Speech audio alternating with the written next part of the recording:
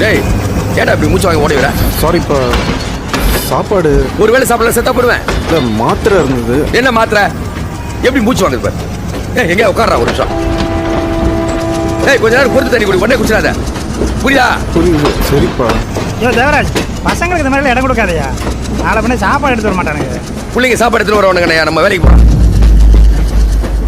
பா, என்னையா பேச்சு பேசு? சின்ன வயசுல 9 மணிக்குள்ள ஸ்கூலுக்கு போலனா கிரவுண்ட் 6 தடவை சுத்த விடுவானுங்க. அதனால அவனை தோல்ல தூக்கி போட்டு மூச்சடைக்க நான் ஓடுவையா.